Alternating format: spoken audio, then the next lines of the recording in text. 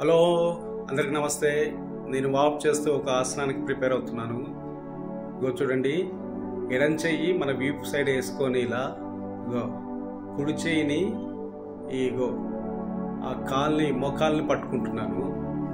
ఇలా క్రాస్ ఒక 60 మినిట్స్ కూర్చోవాలి.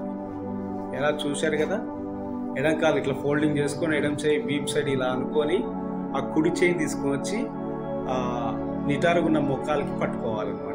కుడి కాల్ని అలా పట్టుకోవాలి. ఇలా 60 సెకండ్ డైలీ 3 సార్లు ఉదయము సాయంత్రం చేసుకోవాలి.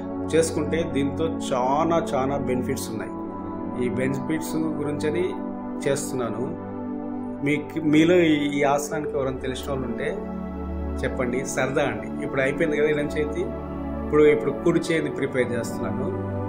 కుడి చేయి యాస్టిస్గా కుడికాల్ని ఇట్లా బెండ్ చేసుకొని వెనక కుడి చేయిని ఇలా వీప్ సైడ్ వెనక పెట్టుకొని ఎడం చేతితోటి ఆ కుడికాలు సందులోంచి ఎడంకాలు మొక్కాలను పట్టుకుంటున్నాను. ఇది ఒక 60 సెకండ్స్.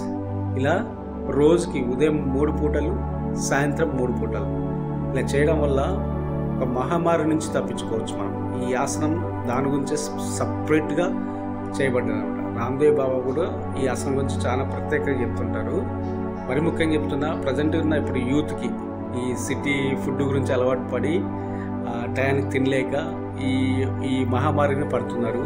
మీకు లాస్ట్ చెప్తాను ఈ ఆసనం పేరేంటో. అదేనండి, దీని వక్రాసనం అంటారు. వక్రాసనం.